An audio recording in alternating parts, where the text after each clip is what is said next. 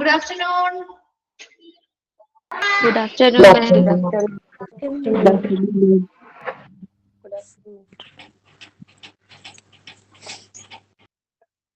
Okay, നമ്മൾ കഴിഞ്ഞ ക്ലാസ്സില് ഡയറ്ററി സർവീസ് ആണ് തുടങ്ങിയത് അല്ലേ? എവിടെ വരെയാണ് എടുത്ത് നിർത്തിയത്?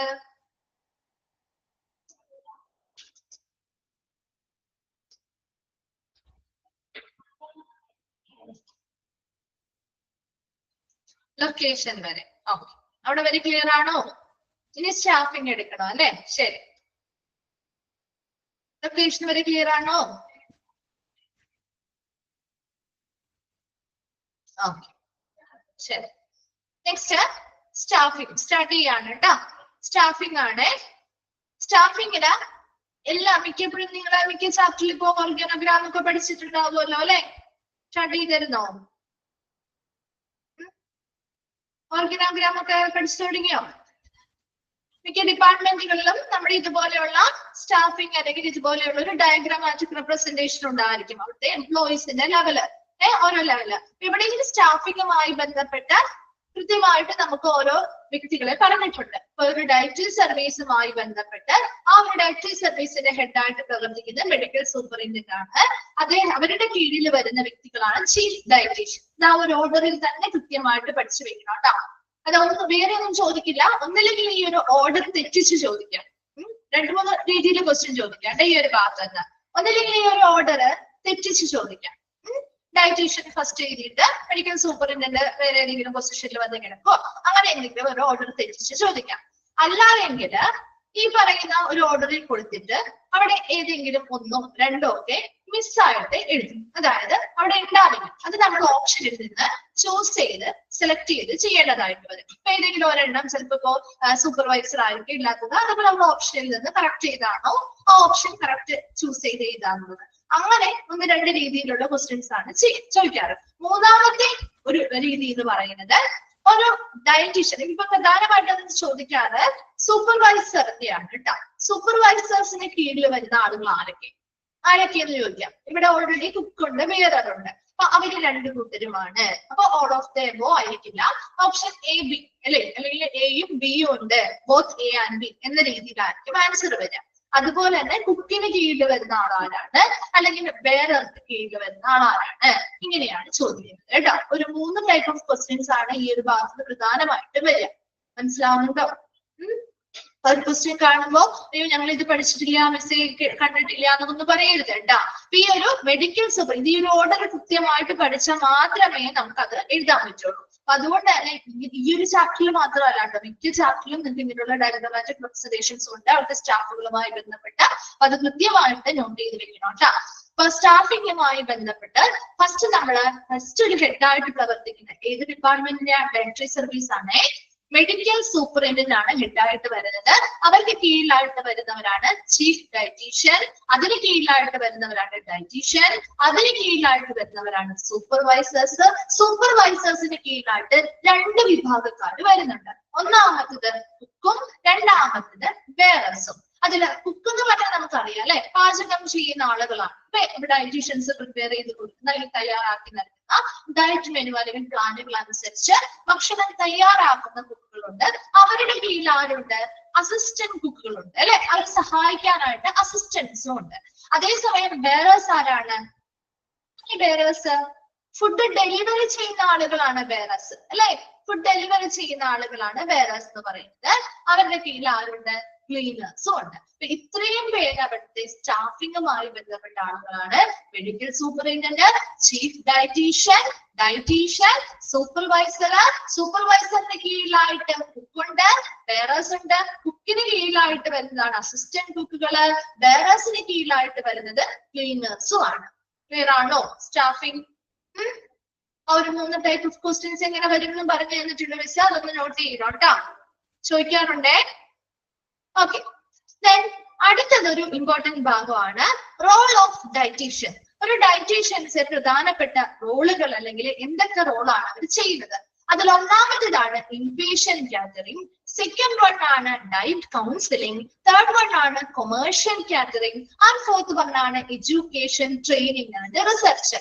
ഈ 4 എണ്ണവും അവര് പ്രധാനപ്പെട്ടവരുടെ റോളുകളിൽ പറയുന്ന കാര്യങ്ങളാണ്. ഒന്നാമത്തേത് ഇൻപേഷ്യന്റ് കാറ്ററിംഗ്, രണ്ടാമത്തേത് ഡയറ്റ് കൗൺസിലിംഗ്, തേർഡ് വൺ ആണ് കൊമേഴ്ഷ്യൽ കാറ്ററിംഗ്, ഫോർത്ത് വൺ ആണ് എഡ്യൂക്കേഷൻ, ട്രെയിനിങ് ആൻഡ് റിസർച്ച്. അപ്പൊ അതില് ഇൻപേഷ്യന്റ് കാറ്ററിംഗ് എന്താണ്, ഒരു ഡയറ്റ് കൗൺസിലിംഗ് എന്താണ്, അതിൽ അവരുമായി ബന്ധപ്പെട്ട കാര്യങ്ങൾ എന്താണ്, അതാണ് ഇനി ഓരോന്നും നമ്മൾ പഠിക്കാൻ പോകുന്നത്. അതിൽ ഫസ്റ്റ് വൺ ആണ് ഇൻപേഷ്യന്റ് കാറ്ററിംഗ്. ഇൻപേഷ്യന്റ് കാറ്ററിംഗ് എന്ന് പറഞ്ഞ പേരിന് തന്നെ നിങ്ങൾക്ക് അറിയാൻ പറ്റുമല്ലോ, ഇത് എന്താണ്, ആരെ ഉദ്ദേശിച്ചുള്ളതാണ്? ഇൻപേഷ്യന്റ് കാറ്ററിംഗ് എന്ന് പറയുമ്പോൾ തന്നെ പേരിൽ നിന്ന് അറിഞ്ഞൂടെ? അഡ്മിറ്റ് ആയിട്ടുള്ള ഇൻപേഷ്യൻസ് ആയിട്ടുള്ള ആളുകൾക്ക് അല്ലെങ്കിൽ പേഷ്യൻസിന് ഹോസ്പിറ്റലിൽ നിന്നും മീൽസ് അല്ലെങ്കിൽ ഭക്ഷണങ്ങൾ പ്രൊവൈഡ് ചെയ്യുന്ന ഒരു വിഭാഗമാണ് ഇൻപേഷ്യന്റ് കാറ്ററിംഗ് എന്ന് പറയുന്നത്, അല്ലെ? അപ്പൊ നോക്കിയേ, inpatient catering, it deals with the provision of meals to the patients who are admitted in the hospital. Underline cheyidite aa sentence. Inpatient catering, it deals with the provision of meals to the patient who are admitted in the hospital. ഹോസ്പിറ്റലിൽ admit ആയിട്ടുള്ള പേഷ്യൻസിന് meals അല്ലെങ്കിൽ ഭക്ഷണങ്ങൾ provide ചെയ്യുന്ന ഒരു വിഭാഗമാണ് inpatient catering എന്ന് പറയുന്നത്. It should be A balanced diet. എപ്പോഴും ഒരു പേഷ്യന്റിന് ഭക്ഷണം കൊടുക്കുമ്പോൾ എങ്ങനെയാ കൊടുക്കേണ്ടേ? ഒരു ബാലൻസ്ഡ് ഡയറ്റ് ആയിരിക്കണം, അല്ലെ? ഒരു സമീകൃത ആഹാരമായിരിക്കണം. അല്ലാതെ അവർക്ക് ഇഷ്ടമുള്ള ഭക്ഷണമൊക്കെ കൊടുക്കാൻ പറ്റുമോ? നമുക്ക് പറ്റില്ല, അല്ലെ? ഒരു ഡയറ്റീഷ്യന്റെ നിർദ്ദേശപ്രകാരമുള്ള കൃത്യമായിട്ടുള്ള ഒരു ബാലൻസ്ഡ് ഡയറ്റ് ആയിരിക്കണം അവർക്ക് കൊടുക്കേണ്ടത്. That provides sufficient calories considering the type of underlying illness, any extra nutritional needs and the normal food habits of patients in the state. അപ്പൊ ഒരു ബാലൻസ്ഡ് ഡയറ്റ് തയ്യാറാക്കുമ്പോൾ നമ്മൾ കുറച്ച് കാര്യങ്ങളൊക്കെ ശ്രദ്ധിക്കേണ്ടതുണ്ട്. ആ ഒരു ബാലൻസ്ഡ് ഡയറ്റില് അവർക്ക് ആവശ്യമായിട്ടുള്ള മതിയായ ക്വാണ്ടിറ്റിയിലുള്ള കലോറീസ് ഉൾപ്പെടുന്ന രീതിയിലുള്ള ഭക്ഷണം ഉണ്ടോ, അത് ശ്രദ്ധിക്കണം. അതെങ്ങനെയായിരിക്കണം? അത് ആ ഒരു പേഷ്യന്റിന്റെ അവർ അനുഭവിച്ചിരിക്കുന്ന അണ്ടർലൈൻ ഇൽനെസ്, അല്ലെ? അവരുടെ ആ ഒരു രോഗാവസ്ഥ ഏത് ടൈപ്പ് രോഗാവസ്ഥയാണ്, അതിനനുസരിച്ച് അവർക്ക് എന്തെങ്കിലും എക്സ്ട്രാ ന്യൂട്രീഷണൽ നീഡ്സ് അല്ലെങ്കിൽ ആവശ്യകതകൾ അവരുടെ ബോഡിക്കുണ്ടോ, അങ്ങനെയുള്ള കാര്യങ്ങളൊക്കെ കൺസിഡർ ചെയ്യണം. അതോടൊപ്പം തന്നെ normal food habit of patients in the state. നമുക്കറിയാം ഓരോ സ്റ്റേറ്റിലുള്ള ആളുകളുടെയും ഫുഡ് ഹാബിറ്റ് വ്യത്യാസമല്ലേ, അല്ലെ? നമ്മുടെ നോർമൽ ഫുഡ് ഹാബിറ്റുകൾ വ്യത്യാസമില്ലേ, ഉണ്ടോ? നമ്മുടെ കേരള സ്റ്റേറ്റിലുള്ളതും തമിഴ്നാട് സ്റ്റേറ്റിലേക്ക് വരുമ്പോഴും ഒത്തിരി വ്യത്യാസമുള്ളൂ, അല്ലെ? അവിടെ തന്നെ വ്യത്യാസമില്ലേ? നമ്മുടെ ഫുഡ് ഹാബിറ്റുകളല്ലേ, നോർമൽ ആയിട്ടുള്ള ഫുഡ് ഹാബിറ്റിൽ വ്യത്യാസമുണ്ട്, അല്ലെ? അപ്പൊ അങ്ങനെ അവരുടെ ഒരുപാട് അങ്ങ് വ്യത്യാസപ്പെടുത്തി കൊടുത്തു കഴിഞ്ഞാൽ എങ്ങനെയാ? നമ്മൾ നോർമൽ ആയിട്ട് കഴിക്കുന്ന ഭക്ഷണത്തില് കുറെ കാര്യങ്ങൾ നമുക്ക് ഒഴിവാക്കാം, കുറച്ച് കാര്യങ്ങൾ ഉൾപ്പെടുത്താം. മൊത്തത്തിൽ അങ്ങ് മാറ്റി നമുക്ക് അത് അഫോർഡ് ചെയ്യാൻ പറ്റുമോ, അല്ലെങ്കിൽ നമുക്ക് അക്സെപ്റ്റ് ചെയ്യാൻ പറ്റുമോ? നമുക്ക് പെട്ടെന്ന് അക്സെപ്റ്റ് ചെയ്യാൻ പറ്റുമോ? നമ്മുടെ ഫുഡ് ഹാബിറ്റ് പെട്ടെന്ന് അങ്ങ് ഒരുപാട് മാറ്റം വരുത്തിയാൽ നമുക്ക് പറ്റില്ല, അല്ലെ? അപ്പൊ അതുകൊണ്ട് തന്നെ നോർമൽ ആയിട്ടുള്ള അവരുടെ സ്റ്റേറ്റില് എന്ത് ഫുഡ് ഹാബിറ്റ് ആണോ അവർ ഫോളോ ചെയ്യുന്നത് അതില് ചെറിയ ചെറിയ മാറ്റങ്ങൾ വരുത്തി കൊടുക്കാം നമുക്ക്, അല്ലെ? അപ്പൊ അതിനനുസരിച്ച് അവർക്ക് അതെങ്ങനെയാണെന്ന് മനസ്സിലാക്കുക. അതുപോലെ അവർക്ക് എന്തെങ്കിലും അവരുടെ ബോഡിയുമായി ബന്ധപ്പെട്ട് എന്തെങ്കിലും എക്സ്ട്രാ ന്യൂട്രീഷണൽ നീഡ്സ് ഉണ്ടോ എന്ന് മനസ്സിലാക്കുക. അവരുടെ രോഗാവസ്ഥയുടെ ടൈപ്പ് ഓഫ് ഇൽനെസ് ആണ് അവർക്കുള്ളത്, അത് മനസ്സിലാക്കുക. അതൊക്കെ പരിഗണിച്ചുകൊണ്ട് മതിയായിട്ടുള്ള കലോറീസ് അടങ്ങിയിട്ടുള്ള ഒരു ബാലൻസ്ഡ് ഡയറ്റ് ആണ് അവിടെ അഡ്മിറ്റ് ആയിട്ടുള്ള ഇൻപേഷ്യൻസിന് ഈ ഒരു ഡയറ്ററി സർവീസുമായി ബന്ധപ്പെട്ട് പ്രൊവൈഡ് ചെയ്യുന്നത്. അതിനെയാണ് ഇൻപേഷ്യന്റ് കാറ്ററിംഗ് എന്ന് പറയുന്നത്. ഒരു ഡയറ്റീഷ്യൻ ആണ് ഇതിൽ പ്രധാന പങ്ക് വഹിക്കുന്ന വ്യക്തി എന്ന് പറയുന്നത്, അല്ലെ? അപ്പൊ ഡയറ്റീഷ്യൻ നിർദ്ദേശിച്ചിട്ടുള്ള ഡയറ്റ് പ്ലാൻ അല്ലെങ്കിൽ മെനു പ്രകാരമായിരിക്കും ഈ ഒരു അഡ്മിറ്റഡ് ആയിട്ടുള്ള ഇൻപേഷ്യൻസിന് ആവശ്യമായിട്ടുള്ള ഭക്ഷണങ്ങൾ നൽകുന്നത്. എപ്പോഴും ഒരു ബാലൻസ്ഡ് ഡയറ്റ് ആയിരിക്കണം, അവർക്ക് ആവശ്യമായിട്ടുള്ള എല്ലാ കലോറീസും അടങ്ങിയ ഭക്ഷണമായിരിക്കണം. അതിനു വേണ്ടിയിട്ട് കുറെ കാര്യങ്ങൾ നമ്മൾ പരിഗണിച്ചുകൊണ്ടാണ് ആ ഒരു ബാലൻസ്ഡ് ഡയറ്റ് തയ്യാറാക്കേണ്ടതും. ക്ലിയർ ആണോ inpatient catering? Okay. Then second one ആണ് diet counseling. Diet counseling എന്താണ് ഉദ്ദേശിക്കുന്നത്? Can be given as outpatient diet clinics when patients are referred by clinicians, dietitian to calculate their dietary needs in view of the body weight, underlying disease, food habit availability and acceptability of various foods depending upon the economic condition of the patient, each patient. ഇപ്പൊ നമ്മൾ കണ്ടിട്ടുണ്ടല്ലേ diet counselling സെന്ററുകൾ കണ്ടിട്ടില്ലേ? ഒരു out patient ബേസിസിലാണ് ശരിക്കും diet ക്ലിനിക്കുകൾ പ്രവർത്തിക്കുന്നത്. കണ്ടിട്ടുണ്ടോ? Diet ക്ലിനിക്കുകൾ, ഔട്ട് പേഷ്യന്റ് ഡയറ്റ് ക്ലിനിക്കുകൾ, നമുക്ക് ഡയറ്റ് കൗൺസിലിംഗ് ഒക്കെ പ്രൊവൈഡ് ചെയ്യുന്ന ക്ലിനിക്കുകൾ കണ്ടിട്ടില്ലേ? അത് തന്നെ ഇവിടെ ഒരു ഔട്ട് പേഷ്യന്റ് ബേസിസിൽ നമ്മളൊരു ഡയറ്റ് ക്ലിനിക്കുകൾ പ്രൊവൈഡ് ചെയ്യുന്നുണ്ട്.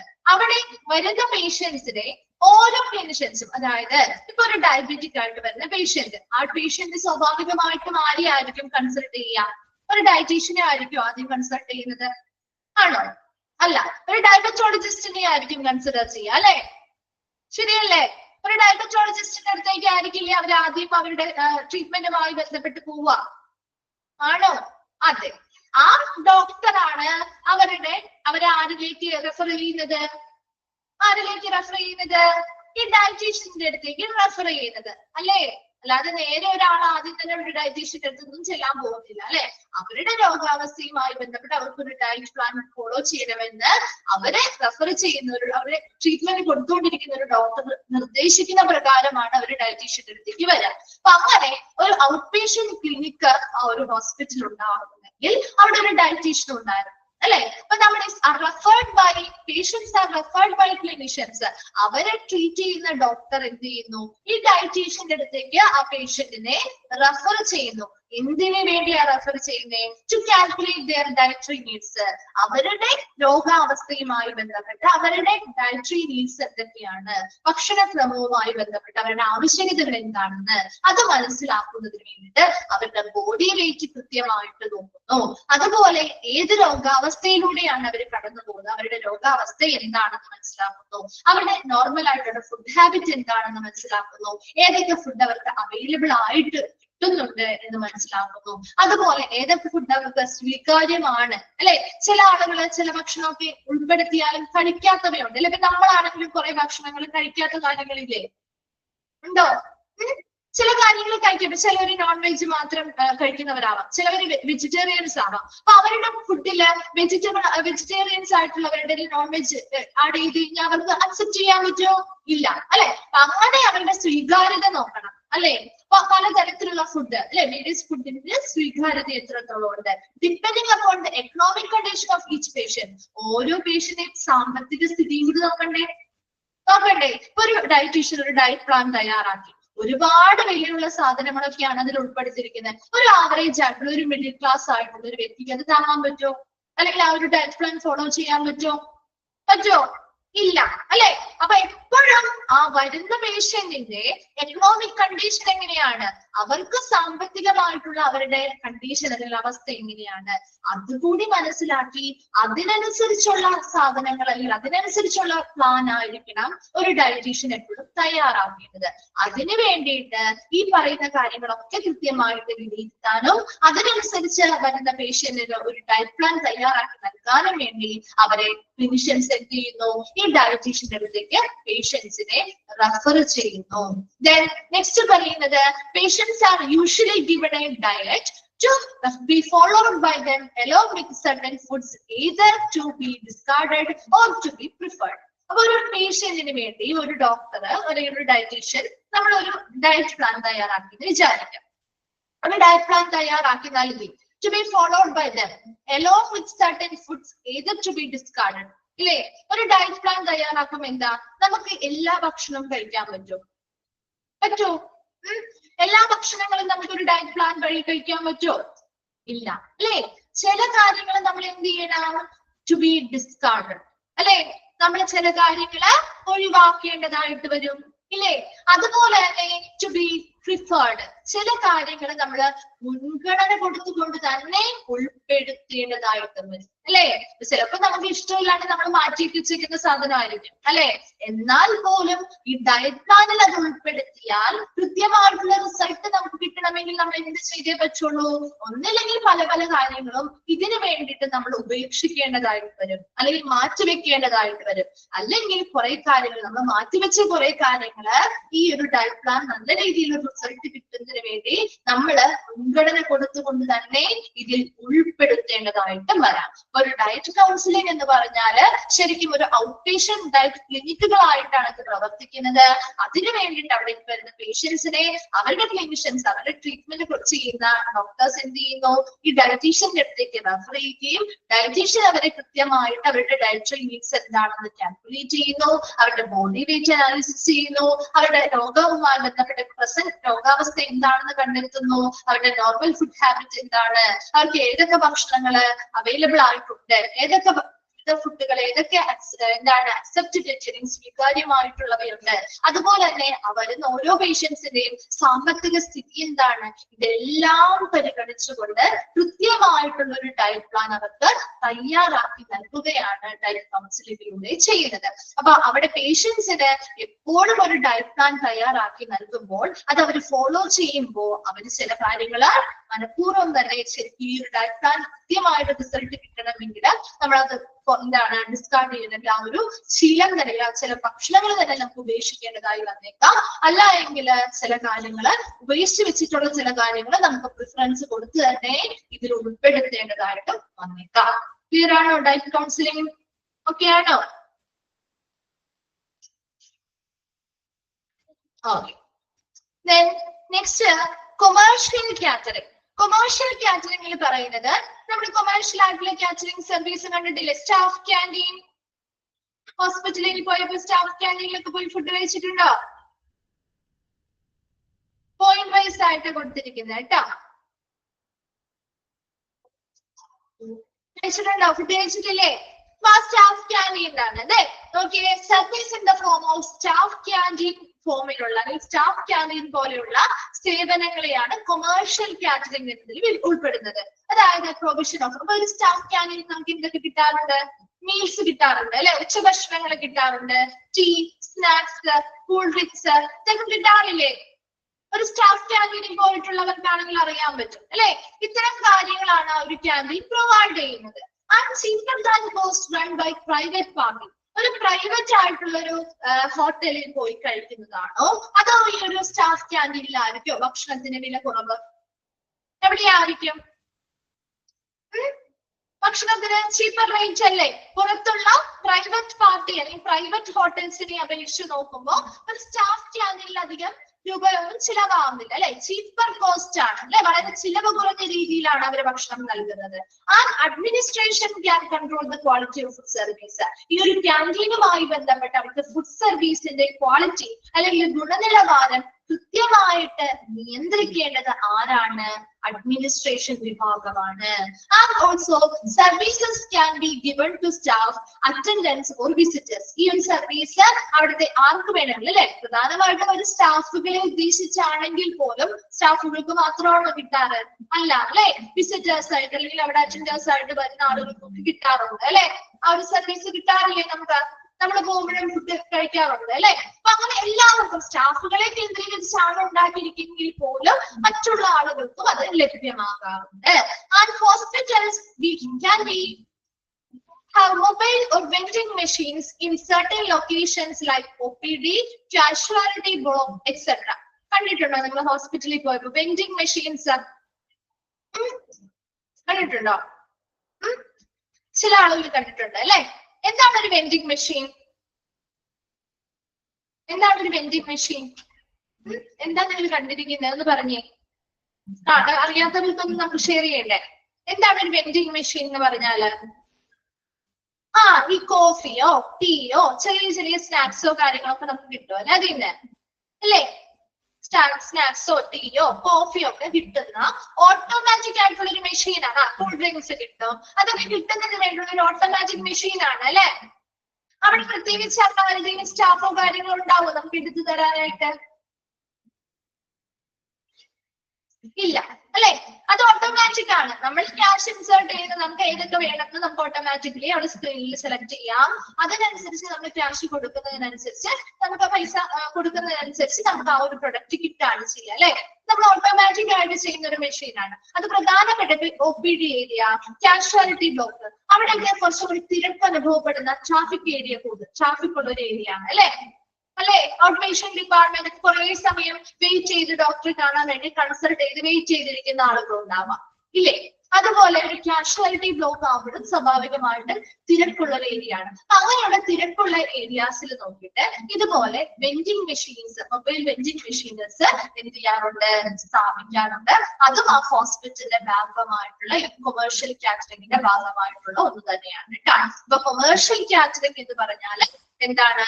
The service in the form of staff catering. Staff catering രൂപത്തിലുള്ള സേവനങ്ങളെയാണ് കൊമേഴ്ഷ്യൽ കാറ്ററിംഗ് എന്ന് പറയുന്നത്. ഈ ഒരു സ്റ്റാഫ് കാറ്ററിംഗിലൂടെ നമുക്ക് meats, tea, snacks, cool drinks മുതലായവ പ്രൊവൈഡ് ചെയ്യുന്നുണ്ട്. അതുപോലെ തന്നെ ഒരു പ്രൈവറ്റ് പാർട്ടിയെ അപേക്ഷിച്ച് നോക്കുമ്പോൾ ഇവിടെ വളരെ ചീപ്പർ ദാൻ കോസ്റ്റ് ആണ്. അവര് കൊടുക്കുന്നതിലും വളരെ തുക കുറവ്, അല്ലെങ്കിൽ ചിലവ് കുറവായിട്ടാണ് നമ്മളിവിടെ തുക വാങ്ങുകയുള്ളൂ. അതുപോലെ ഈ ഒരു സ്റ്റാഫ് കാറ്ററിംഗുമായി ബന്ധപ്പെട്ട അവിടുത്തെ ഫുഡ് സർവീസിന്റെ ക്വാളിറ്റി അല്ലെങ്കിൽ ഗുണനിലവാരം കൃത്യമായി നിയന്ത്രിക്കേണ്ടത് ഒരു അഡ്മിനിസ്ട്രേഷൻ വിഭാഗമാണ്. അതുപോലെ തന്നെ ഈ service can be given to staff, attendants or visitors. സ്റ്റാഫുകൾക്കോ അല്ലെങ്കിൽ അറ്റൻഡേഴ്സ് അല്ലെങ്കിൽ വിസിറ്റേഴ്സിനോ ഒക്കെ ഈ ഒരു സേവനങ്ങൾ ലഭ്യമാണ്. അതുപോലെ തന്നെ OPD ആൻഡ് കാഷ്വാലിറ്റി ബ്ലോക്കുകളിൽ ഓട്ടോമാറ്റിക് ആയിട്ട് പ്രവർത്തിക്കുന്ന വെൻഡിങ് മെഷീനറീസും ഇതിന്റെ ഭാഗമായിട്ട് നിലവിലുണ്ട്. പേരാണോ കൊമേഴ്ഷ്യൽ കാറ്ററിംഗ്? ഓക്കെ. നെക്സ്റ്റ് പറയുന്നതാണ് education, training and research. Hospital staff such as nurses, nursing aides, residents, technicians, cooks, etc. could be educated considering types of food, balanced diet എന്നാണ് കേട്ടോ ഇവിടെ. നിങ്ങളുടെ കറക്റ്റ് ആയിരിക്കും കിടക്കുന്നത് അല്ലെ? Balanced diet, caloric value, etc. The department can have in-service training programs for the staff. അപ്പോൾ ഇവിടെ education, training and റിസർച്ചിൽ പറയുന്നത് ഹോസ്പിറ്റൽ സ്റ്റാഫുകളായിട്ടുള്ള നഴ്സസ്, നഴ്സിംഗ് അസിസ്റ്റൻസുകൾ, നഴ്സിംഗ് എയ്ഡ്സ് എന്നൊക്കെ ഉദ്ദേശിക്കുന്നത് നഴ്സിംഗ് അസിസ്റ്റൻസുകൾ, റെസിഡൻസ്, അവിടെയുള്ള ഡോക്ടേഴ്സ്, ടെക്നീഷ്യൻസ്, കുക്കുകള് മുതലായ എല്ലാവർക്കും എന്ത് ചെയ്യണം? ഏതൊക്കെ ടൈപ്പ് ഓഫ് ഫുഡുകളുണ്ട്, അതിൽ ഏതൊക്കെയാണ് ഒരു ബാലൻസ്ഡ് ഡയറ്റിൽ ഏതൊക്കെ ഉൾപ്പെടാം, അതിന്റെ ഓരോ ഭക്ഷണങ്ങളുടെയും കലോറിക് വാല്യൂ എങ്ങനെയാണ്, അതിനെ കുറിച്ച് കൃത്യമായിട്ടുള്ള എഡ്യൂക്കേഷൻ അല്ലെങ്കിൽ ഒരു ബോധവൽക്കരണങ്ങൾ നൽകുന്നുണ്ട്. അതോടൊപ്പം തന്നെ ഈ ഒരു ഡിപ്പാർട്ട്മെന്റ് എന്ത് ചെയ്യുന്നു? അവിടുത്തെ സ്റ്റാഫുകൾക്ക് വേണ്ടിയിട്ടുള്ള ഇൻ സർവീസ് ടീച്ചിങ് പ്രോഗ്രാമുകൾ, അവിടെ കൃത്യമായിട്ട് ഓരോ ഭക്ഷണങ്ങളെ കുറിച്ച് കൃത്യമായിട്ട് ആ ഒരു ഡിപ്പാർട്ട്മെന്റിൽ വർക്ക് ചെയ്യുന്ന ഓരോ ആളുകളും അറിഞ്ഞിരിക്കണം. അതിന്റെ കലോറിക് വാല്യൂ എത്രയാണ്, അത് ഏതൊക്കെ ഭക്ഷണങ്ങൾ നമുക്ക് ഇന്ന രോഗമുള്ള ആളുകൾക്ക് ഉൾപ്പെടുത്താം, ഏതൊക്കെ ഉൾപ്പെടുത്താതിരിക്കേണ്ടതായിട്ടുണ്ട്. അങ്ങനെയുള്ള ഒരുപാട് കാര്യങ്ങളെ കുറിച്ച് അവർക്ക് മനസ്സിലാക്കാനായിട്ട് അവിടുത്തെ സ്റ്റാഫുകൾക്ക് അവരുടെ ഇൻ സർവീസുമായി ബന്ധപ്പെട്ട് തന്നെ ടീച്ചിങ് പ്രോഗ്രാമുകളും ഈ ഒരു ഡിപ്പാർട്ട്മെന്റ് നടപ്പിലാക്കുന്നുണ്ട്. അതാണ് എഡ്യൂക്കേഷൻ, ട്രെയിനിങ് ആൻഡ് റിസർച്ച്. ഒരു ഡയറ്റീഷ്യൻ ആണ് ഇതിൽ പ്രധാന പങ്ക് വഹിക്കുന്നത്. അദ്ദേഹമാണ് ഇതുപോലെയുള്ള ഈ ഒരു പഠനം, ഈ ഒരു ഡയറ്ററി ഡിപ്പാർട്ട്മെന്റുമായി ബന്ധപ്പെട്ട റിസർച്ചുകളായിക്കോട്ടെ, പരിശീലനങ്ങൾ കൊടുക്കുന്നതായിക്കോട്ടെ, എഡ്യൂക്കേഷൻസ് ആയിക്കോട്ടെ, ഇതിനെല്ലാം മുൻകൈ എടുത്ത് നടത്തേണ്ട ഒരു വ്യക്തി ഒരു ഡയറ്റീഷ്യൻ ആണ്. അത് അവിടെ മറ്റെല്ലാ സ്റ്റാഫുകൾക്കും, അവിടെ നഴ്സസ് ആയിക്കോട്ടെ, നഴ്സിംഗ് അസിസ്റ്റന്റുകൾ ആയിക്കോട്ടെ, ഡോക്ടേഴ്സ് ആയിക്കോട്ടെ, ടെക്നീഷ്യൻസ് ആയിക്കോട്ടെ, കുക്കുകളായിക്കോട്ടെ, അങ്ങനെ ആരും ആയിക്കോട്ടെ, അവർക്ക് ആ ഓരോ ടൈപ്പ് ഓഫ് ഫുഡുകളെ കുറിച്ചും അതിന്റെ കലോറിക് വാല്യൂ കുറിച്ചും ബാലൻസ്ഡ് ഡയറ്റുകളെ കുറിച്ചും കൃത്യമായിട്ടുള്ള ഒരു എഡ്യൂക്കേഷൻ അവർക്ക് കിട്ടിയിരിക്കണം. അതിന് വേണ്ടിയിട്ട് അവർക്ക് ഇൻ സർവീസ് ട്രെയിനിങ് പ്രോഗ്രാമുകളും സ്റ്റാഫുകൾക്ക് ഒരു ഡിപ്പാർട്ട്മെന്റ് പ്രൊവൈഡ് ചെയ്യുന്നുണ്ട്. വേഗം ആ ഒരു 4 ഒന്ന് വായിച്ചു നോക്കിയേ. Role of dietitian, inpatient catering, diet counselling, commercial catering, education, training and research. വായിച്ചു കഴിയുമ്പോൾ ഒന്ന് റിപ്ലൈ ചെയ്യാം കേട്ടോ.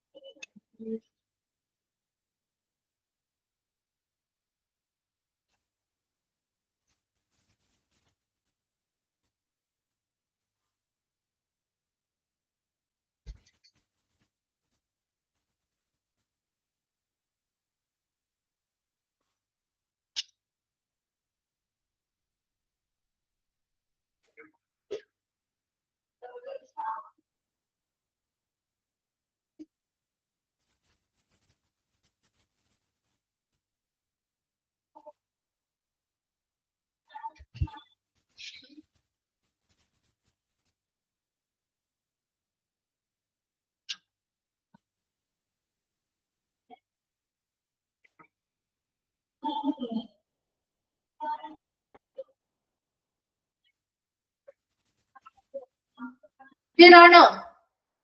കംപ്ലീറ്റ്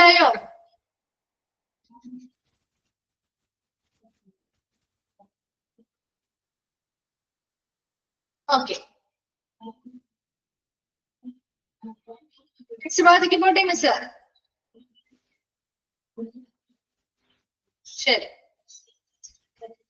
നെക്സ്റ്റ് വരുന്നത് ഈ ഒരു ഡിപ്പാർട്ട്മെന്റിന്റെ ഡയറക്ടറി സർവീസിന്റെ പ്രധാന ഫംഗ്ഷൻസ് ആണ് കേട്ടോ. ഫംഗ്ഷൻസിൽ കുറച്ച് പോയിന്റ് വൈസ് ആയിട്ട് കൊടുത്തിരിക്കുന്നത്. ഇതും ഇൻക്ലൂഡഡ് ആയത് ഏത് അല്ലെങ്കിൽ ഇൻക്ലൂഡഡ് അല്ലാത്തത് ഏത് എന്ന രീതിയിലുള്ള ക്വസ്റ്റ്യനെ വരുള്ളൂ കേട്ടോ. ആ ഒരു വിഭാഗമാണ്, ആ ഒരു സെക്ഷൻസ് പോയിന്റ് വൈസ് ആയിട്ടുള്ള ഷോർട്ട് പോർഷൻസ് വ്യക്തിപ്പെടും അങ്ങനെയുള്ള രീതിയിലുള്ള ക്വസ്റ്റ്യൻസ് ആയിരിക്കും വരിക. അപ്പൊ അത് റെസ്പോൺസിബിലിറ്റി കാര്യങ്ങളൊക്കെ വരുമ്പോഴാണ് ഇത് ആരുടെ റെസ്പോൺസിബിലിറ്റി ആണ് അല്ലെങ്കിൽ ആരാണ് ഇതിന് ഉത്തരവാദികൾ ലയബിൾ ആയിട്ടുള്ള ആളുകൾ എന്നത് ചോദിക്കുന്നത്. അതേസമയം ഇങ്ങനെ ഫംഗ്ഷൻസ്, ഒബ്ജക്റ്റീവ്സ് അതെല്ലാം പോയിന്റ് വൈസ് ആയതുകൊണ്ട് തന്നെ എപ്പോഴും പ്രിൻസിപ്പിൾസ് ഒക്കെ അങ്ങനെ തന്നെയാണ് കേട്ടോ. ഇതിൽ ഇൻക്ലൂഡഡ് ആയത് ഏത് അല്ലെങ്കിൽ ഇൻക്ലൂഡഡ് അല്ലാത്തത് ഏത് എന്ന രീതിയിലുള്ള ക്വസ്റ്റ്യൻസ് ആയിട്ട് വരും. ഓക്കെ, ഇപ്പൊ ഫംഗ്ഷൻസ് നോക്കാം. അതിൽ ഫസ്റ്റ് പോയിന്റ് ആണ് organised preventive maintenance programme for the equipment. അതായത് ഇപ്പോ നമ്മുടെ ഈ ഒരു ഡയറ്ററി സർവീസുമായി ബന്ധപ്പെട്ട് കിച്ചണുകൾ പ്രവർത്തിക്കുന്നുണ്ട് അല്ലെ. അപ്പൊ അവിടെ ഒരുപാട് ഉപകരണങ്ങളും നമ്മൾ യൂസ് ചെയ്യുന്നില്ലേ? യൂസ് ചെയ്യുന്നുണ്ടോ? ഈ ഒരു ഡിപ്പാർട്ട്മെന്റില് യൂസ് ചെയ്യുന്നില്ലേ? അപ്പൊ അങ്ങനെയുള്ള എല്ലാ ഉപകരണങ്ങളും കൃത്യമായിട്ട് വർക്ക് ചെയ്താൽ മാത്രമേ നമ്മുടെ ഡ്യൂട്ടീസ് കൃത്യമായിട്ട് ചെയ്യാൻ പറ്റുള്ളൂ അല്ലെ. ഒരു ദിവസത്തേക്ക് ഫുഡ് പ്രിപ്പയർ ചെയ്യണമെങ്കിൽ അവിടെയുള്ള ഓരോ ഉപകരണങ്ങളും പ്രോപ്പർ ആയിട്ട് വർക്ക് ചെയ്യണം. അപ്പൊ അതിനു വേണ്ടി പ്രിവെന്റീവ് മെയിന്റനൻസ് പ്രോഗ്രാം, അതായത് പ്രതിരോധ അറ്റകുറ്റപ്പണികൾ നടത്തുന്നതിന് വേണ്ടി അല്ലെ. അപ്പൊ അവിടെ ഒരിക്കലും ഒരു ഉപകരണം കേടായതിനു ശേഷം നമ്മൾ റിപ്പയർ ചെയ്യാമെന്നല്ല, മറിച്ച് വളരെ പീരിയോഡിക്കലി ആനുകാലികമായിട്ട് ആ ഉള്ള എക്യുപ്മെന്റ് എല്ലാം കൃത്യമായിട്ട് പ്രവർത്തിക്കുന്നുണ്ടോ, പ്രോപ്പർ ആയിട്ട് വർക്ക് ചെയ്യുന്നുണ്ടോ, അത് മെയിന്റനൻസ് ശരിക്കും എന്ത് ചെയ്യുന്നു, അവിടെ കേടാവുന്നതിന് മുൻപ് അല്ലെങ്കിൽ അത് കംപ്ലൈന്റ് ആവുന്നതിന് മുൻപ് തന്നെ പ്രിവെന്റീവ് ആയിട്ട് ആ ഒരു മെയിന്റനൻസ് പ്രോഗ്രാം കൃത്യമായിട്ട് ചെയ്യുകയും അത് ആ ഒരു സ്റ്റോപ്പ് ആവുന്ന അല്ലെങ്കിൽ വർക്കിംഗ് കണ്ടീഷൻ ആവാതെ സ്റ്റോപ്പ് ആയി പോകുന്നതിനെ തടയുകയും ചെയ്യുന്നതിന് വേണ്ടിയുള്ള കൃത്യമായി ഓർഗനൈസ് ചെയ്തിട്ടുള്ള പ്രിവെന്റീവ് മെയിന്റനൻസ് പ്രോഗ്രാമുകൾ നടപ്പിലാക്കുക. രണ്ടാമത്തത് supply the best food at consistent cost. എപ്പോഴും ഒരു സ്ഥിരമായ വിലയ്ക്ക് ബെസ്റ്റ് ഫുഡ് വിതരണം ചെയ്യുക എന്നുള്ളതാണ് അല്ലെ. അല്ലാതെ ഇന്നൊരു ദിവസം ഇത്ര രൂപ, ഒരു ഭക്ഷണത്തിന് ഇത്ര രൂപ, നാളെ ചെല്ലുമ്പോൾ അടുത്ത ഒരു പ്രൈസ് ആണ്, അങ്ങനെയാണോ വേണ്ടത്? അല്ല അല്ലെ. ഒരു ബെസ്റ്റ് ഫുഡ് ആയിരിക്കണം കൊടുക്കേണ്ടത്, അതൊരു സ്ഥിരമായ വിലയിലുമായിരിക്കണം കൊടുക്കേണ്ടത് അല്ലെ. മൂന്നാമത്തത് buy to specifications, receive supplies, check their quality and quantity, store. എന്താണ് അടുത്ത് പറയുന്നത്? ഇപ്പൊ ഇവിടെ ഒരു കിച്ചണുമായി ബന്ധപ്പെട്ട ഒരുപാട് ഫുഡ് പ്രിപ്പയർ ചെയ്യുന്നതുമായി ബന്ധപ്പെട്ട് ഒരുപാട് സ്പെസിഫിക് ആയിട്ടുള്ള ഓരോ റെസിപ്പിക്ക് അല്ലെങ്കിൽ ഓരോ മെനുവിനനുസരിച്ചുള്ള സ്പെസിഫിക് ആയിട്ടുള്ള സാധനങ്ങൾ നമ്മൾ പർച്ചേസ് ചെയ്യേണ്ടതായിട്ട് വരും. അങ്ങനെ അത് പർച്ചേസ് ചെയ്യുന്നു, ആ വന്നിരിക്കുന്ന സാധനങ്ങൾ സ്വീകരിക്കുന്നു, അതിനുശേഷം അത് വന്നിരിക്കുന്ന സാധനങ്ങൾ സ്വീകരിച്ച് വെക്കുകയല്ല ചെയ്യണ്ടേ, അതിന്റെ നമ്മൾ പർച്ചേസ് ചെയ്ത സാധനങ്ങളുടെ ക്വാണ്ടിറ്റി എത്രത്തോളം, നമ്മൾ പറഞ്ഞ അളവിലുള്ള സാധനങ്ങളുണ്ടോ ഇല്ലേ, അതുപോലെ ക്വാളിറ്റി എത്രത്തോളം ഉണ്ട്, നല്ല ഗുണനിലവാരമുള്ള സാധനങ്ങളാണോ, ഇതൊക്കെ ചെക്ക് ചെയ്തിട്ട് വേണം സ്റ്റോർ ചെയ്യാനായിട്ട്. മനസ്സിലായോ? നമ്മുടെ വീട്ടിൽ സാധനങ്ങൾ ഒരുപാട് വാങ്ങുമ്പോഴും അങ്ങനെ തന്നെയല്ലേ ചെയ്യുന്നേ അല്ലെ. നമുക്ക് ആവശ്യമായിട്ടുള്ള കൃത്യമായിട്ടുള്ള സ്പെസിഫിക് ആയിട്ടുള്ള ഐറ്റംസ് മാത്രം നമ്മൾ പർച്ചേസ് ചെയ്യുന്നു, അത് വാങ്ങിക്കൊണ്ട് വന്നു കഴിഞ്ഞാലും നമ്മൾ എന്ത് ചെയ്യും, പരിശോധിക്കും അല്ലെ. നമ്മൾ പറഞ്ഞിട്ടുള്ള സാധനങ്ങളുടെ കൃത്യമായ അളവിലുള്ള സാധനങ്ങളുണ്ടോ നോക്കാറില്ലേ നിങ്ങള്? കൃത്യമായിട്ടുള്ള അളവിലുള്ള സാധനങ്ങളുണ്ടോ, അതുപോലെ അതിന്റെ ക്വാളിറ്റി എങ്ങനെയാണ്, ഇതൊക്കെ പരിശോധിച്ചതിന് ശേഷം ഓക്കെ ആണെങ്കിൽ അത് എന്ത് ചെയ്യുന്നു, സ്റ്റോർ ചെയ്ത് വെക്കുകയാണ് ചെയ്യുക. അടുത്തത് എന്താണ് നോക്കിയേ, main portion assemble and distribute food. ഭക്ഷണം തയ്യാറാക്കുകയാണ് ചെയ്യുന്നത്. ആദ്യം ഭക്ഷണം അപ്പൊ ഈ വന്നിരിക്കുന്ന സാധനങ്ങളൊക്കെ വെച്ച് ഡയറ്റീഷ്യൻ പറയുന്ന മെനു പ്രകാരം ഫുഡ് എന്ത് ചെയ്യുന്നു, തയ്യാറാക്കുന്നു. അതിനുശേഷം കൃത്യമായ പോർഷൻസ് ഏതൊക്കെ ഇടങ്ങളിലേക്കാണോ കൊടുക്കേണ്ടത് അത് കൃത്യമായ പോർഷൻസ് ആയിരിക്കും തയ്യാറാക്കുന്നത്. അത് എല്ലാം കൂടി എന്ത് ചെയ്യുന്നു, ഉള്ള ഒരു സ്ഥലത്ത് അസംബിൾ ചെയ്ത് ടേബിളിൽ കൊണ്ടുവന്ന് അറേഞ്ച് ചെയ്യുന്നു. അതിനുശേഷം അതാത് ഇടങ്ങളിലേക്ക്, അതാത് ഇംപേഷ്യൻസ് ആയിട്ടുള്ള ആളുകൾക്കോ അല്ലെങ്കിൽ അതാത് ഇടങ്ങളിലേക്ക് അത് എന്ത് ചെയ്യുന്നു, വിതരണം ചെയ്യുകയാണ് ചെയ്യുക. അപ്പൊ 4 പോയിന്റ്സ് നമ്മൾ പറഞ്ഞു. ഫങ്ഷൻസിൽ ആ 4 പോയിന്റ് ആണ് നോക്കാം കേട്ടോ. അതിൽ ഫസ്റ്റ് പോയിന്റ് പറഞ്ഞത് അവിടെയാണ് ഓരോ ഉപകരണങ്ങളും കേടുവരാതെ സൂക്ഷിക്കുന്നതിന് വേണ്ടിയിട്ട് എപ്പോഴും നല്ല പ്രവർത്തനക്ഷമമായിട്ട് നിലനിർത്തുന്നതിന് വേണ്ടിയിട്ട് എന്ത് ചെയ്യണം, ഒരു കൃത്യമായിട്ടുള്ള പ്രിവെന്റീവ് മെയിൻ്റനൻസ് പ്രോഗ്രാമുകൾ സംഘടിപ്പിക്കുക. രണ്ടാമത്തത് കൃത്യമായിട്ട് നല്ല ബെസ്റ്റ് ഫുഡ്, ഒരു സ്ഥിരമായിട്ടുള്ള വിലയില് നല്ല ബെസ്റ്റ് ഫുഡ് വിതരണം ചെയ്യുക. മൂന്നാമത് പറയുന്നത് ബൈ ടു സ്പെസിഫിക്കേഷൻസ്, കൃത്യമായി ആവശ്യമുള്ള സാധനങ്ങൾ മാത്രം പർച്ചേസ് ചെയ്യുന്നു അല്ലെങ്കിൽ വാങ്ങുന്നു, ആ വാങ്ങിയിട്ടുള്ള സാധനങ്ങൾ റിസീവ് ചെയ്യുന്നു, അതിനുശേഷം ആ സാധനങ്ങളുടെ ക്വാണ്ടിറ്റിയും ക്വാളിറ്റിയും പരിശോധിക്കുന്നു, അതിനുശേഷം സ്റ്റോർ ചെയ്യുന്നു. ക്ലിയർ അല്ലേ? നാലാമത്തെ പോയിന്റ് പറയുന്നത് ആവശ്യമായിട്ടുള്ള ഫുഡുകൾ പ്രിപ്പയർ ചെയ്യുന്നതിൽ തയ്യാറാക്കുന്നു, കൃത്യമായിട്ടുള്ള പോർഷൻസിൽ നമ്മൾ തയ്യാറാക്കുന്നു, അത് എല്ലാം അസംബിൾ ചെയ്ത് അല്ലെങ്കിൽ ഒരുമിച്ച് അറേഞ്ച് ചെയ്യുകയും അതിനുശേഷം അതാത് ഇടങ്ങളിലേക്ക് അത് വിതരണം ചെയ്യുകയും ചെയ്യും. ക്ലിയർ ആണോ? 4 പോയിന്റ്സ് ഓക്കെ ആണോ? Okay.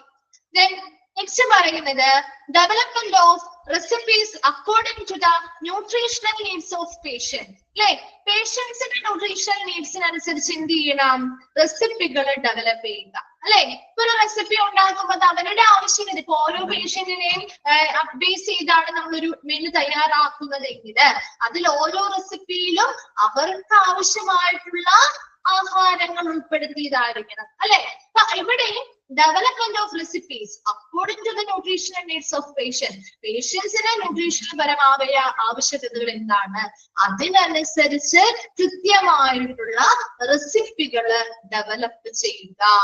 And instruct about how diet plays an important role in the treatment of various diseases. അതുപോലെ തന്നെ ഇപ്പൊ ഒരു ഡയറ്റ്, അവർക്കുള്ള ഇൻസ്ട്രക്ഷൻസ് ആണ്, എല്ലാ പേഷ്യൻസിനുള്ള നിർദ്ദേശങ്ങൾ നൽകുക. എന്തിനെ കുറിച്ചുള്ള നിർദ്ദേശങ്ങളാണ്? about how diet plays an important role in the treatment of various diseases. പല പല രോഗങ്ങൾക്ക് വേണ്ടിയിട്ട് നമ്മളൊരു ഡയറ്റ് ട്രീറ്റ്മെന്റിന്റെ ഭാഗമാക്കാറുണ്ട്. അല്ലെ, അപ്പൊ അതിന്റെ ഇമ്പോർട്ടൻസ് എന്താണ്, എന്തിനു വേണ്ടിയാണ് നല്ലൊരു ഡയറ്റ് ഫോളോ ചെയ്യണമെന്ന് അവർ പറയുന്നത്, അതിലൂടെ നമ്മുടെ ട്രീറ്റ്മെന്റുമായി ബന്ധപ്പെട്ട് എന്തൊക്കെ ബെനിഫിറ്റ്സ് അവർക്ക് കിട്ടും, അതിനെക്കുറിച്ച് കൃത്യമായ നിർദ്ദേശങ്ങൾ ഓരോരുത്തർക്കും നൽകുക. Then to follow the everyday diet pattern of patients to meet their needs throughout various disease conditions. എന്താ, അവരുടെ ദിവസേനയുള്ള അല്ലെ എവരിഡേയിലുള്ള ദിവസേനയുള്ള അവരുടെ ഡയറ്റ് പാറ്റേൺ എന്ത് ചെയ്യുക, അവർ ഫോളോ ചെയ്യുന്ന എവരിഡേ ഡയറ്റ് പാറ്റേൺ എന്ത് ചെയ്യുക, കുറച്ച് മാറ്റങ്ങൾ വരുത്തുക. To meet their needs throughout various disease conditions. ഇപ്പൊ പല രോഗങ്ങൾ അല്ലെങ്കിൽ പല കണ്ടീഷൻ ഫേസ് ചെയ്യുന്ന ആളുകൾ ഉണ്ടാവാം. അപ്പൊ അവരുടെ ആവശ്യകതകൾ എന്താണെന്ന് മനസ്സിലാക്കി അല്ലെങ്കിൽ അത് നിറവേറ്റുന്ന രീതിയിൽ അവരുടെ ദിവസേനയുള്ള അവർ ഫോളോ ചെയ്യുന്ന, അവരുടെ ഡേ ടു ഡേ ഫോളോ ചെയ്യുന്ന ദിവസേനയുള്ള അവരുടെ ഡയറ്റ് പാറ്റേണിൽ എന്ത് ചെയ്യുക, മോഡിഫിക്കേഷൻസ് അല്ലെങ്കിൽ മാറ്റങ്ങൾ വരുത്തുക.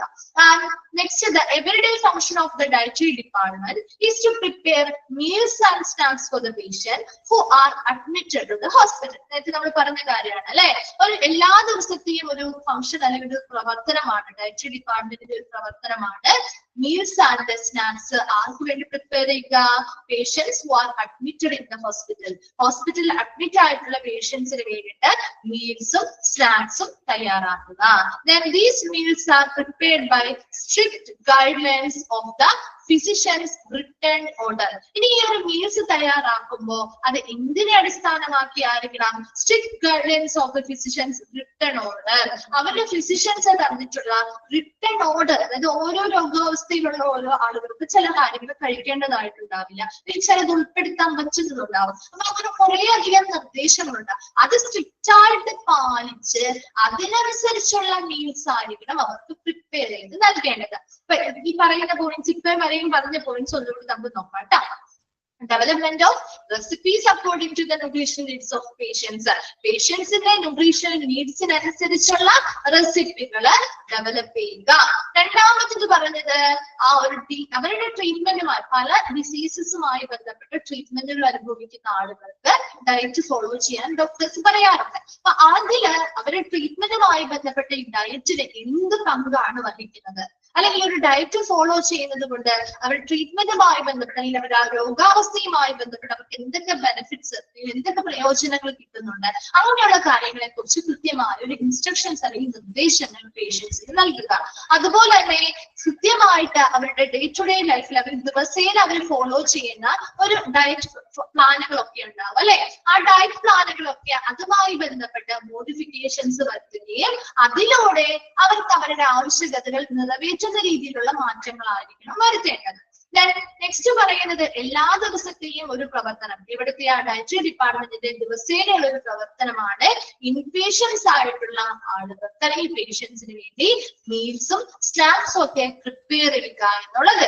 ആ മീൽസും സ്നാക്സും ഒക്കെ പ്രിപ്പയർ ചെയ്യേണ്ടത് വളരെ അവരുടെ ഫിസിഷ്യൻസ് തന്നിട്ടുള്ള റിട്ടൺ ഓർഡർ പ്രകാരമുള്ള സ്ട്രിക്ട് ഗൈഡ് ലൈൻസ് അല്ലെങ്കിൽ വളരെ കർശനമായിട്ടുള്ള മാനദണ്ഡങ്ങൾ പാലിച്ചായിരിക്കണം ഈ മീൽസും സ്നാക്സും ഒക്കെ പ്രിപ്പയർ ചെയ്ത് കൊടുക്കേണ്ടത്. ക്ലിയർ ആണോ ഇത്രയും പോയിന്റ്സ്? ഓക്കെ ആണോ? ഓക്കെ. അടുത്തത് പറയുന്നത് അറേഞ്ച്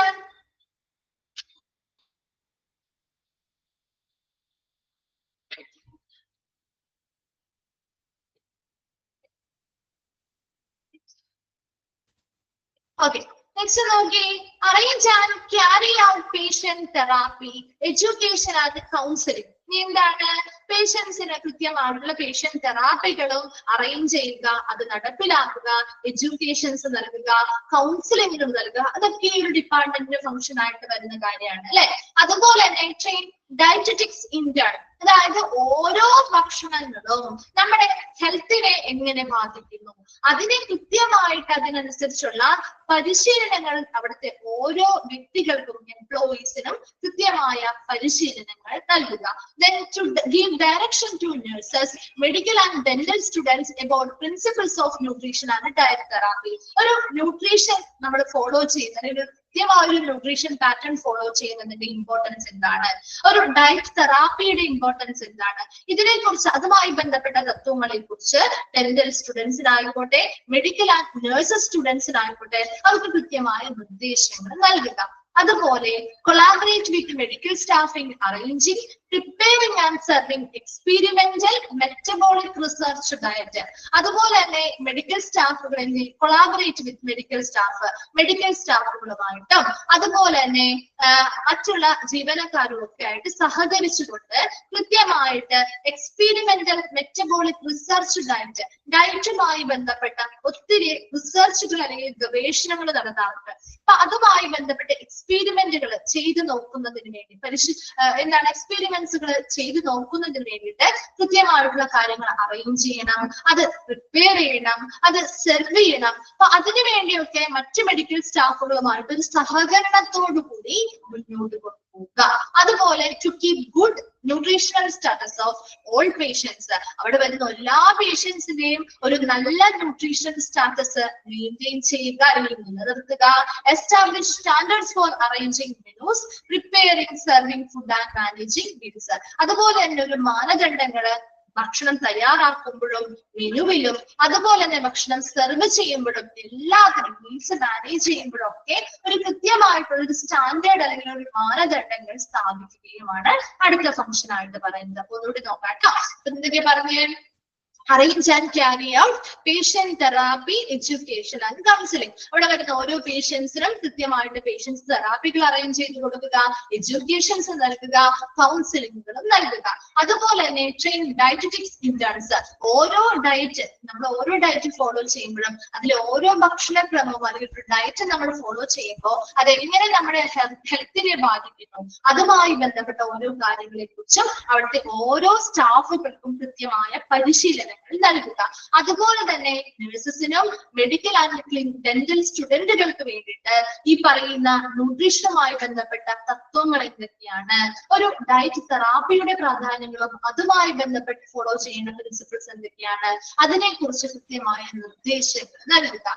അതുപോലെ മറ്റു മെഡിക്കൽ സ്റ്റാഫുകളുമായിട്ട് കൊളാബറേറ്റ് ചെയ്യുകയും സഹകരിക്കുകയും ആ ഒരു ഡയറ്റുമായി ബന്ധപ്പെട്ട മെറ്റബോളിക് റിസർച്ചുകൾ അല്ലെങ്കിൽ ഗവേഷണങ്ങൾ നടത്താറുണ്ട്. അതുമായി ബന്ധപ്പെട്ട് പല എക്സ്പീരിമെന്റുകൾ ചെയ്യാനായിട്ട് ഒരു മെഡിക്കൽ സ്റ്റാഫുകളോട് നല്ല രീതിയിൽ കൊളാബറേറ്റ് ചെയ്ത് സഹകരണത്തോടു കൂടി പ്രവർത്തിക്കുകയും അതിനനുസരിച്ച് റിസർച്ചിന് വേണ്ടിയിട്ടുള്ള കാര്യങ്ങൾ അറേഞ്ച് ചെയ്യുക, പ്രിപ്പയർ ചെയ്യുക, അതുപോലെ തന്നെ അത് സെർവ് ചെയ്യുകയും ചെയ്യുക.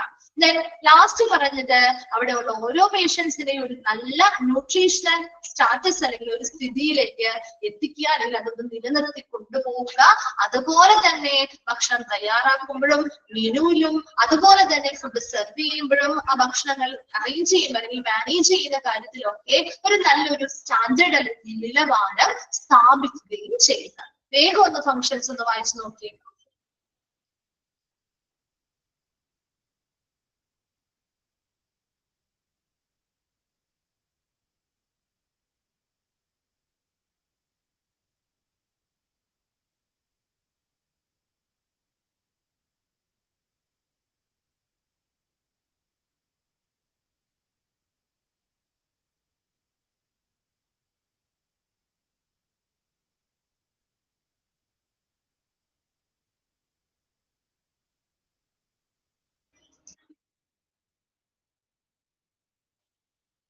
എന്താണ് ചോദിച്ചത്?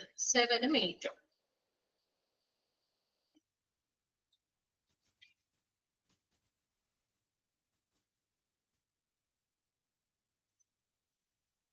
സെവനും 8 ഉം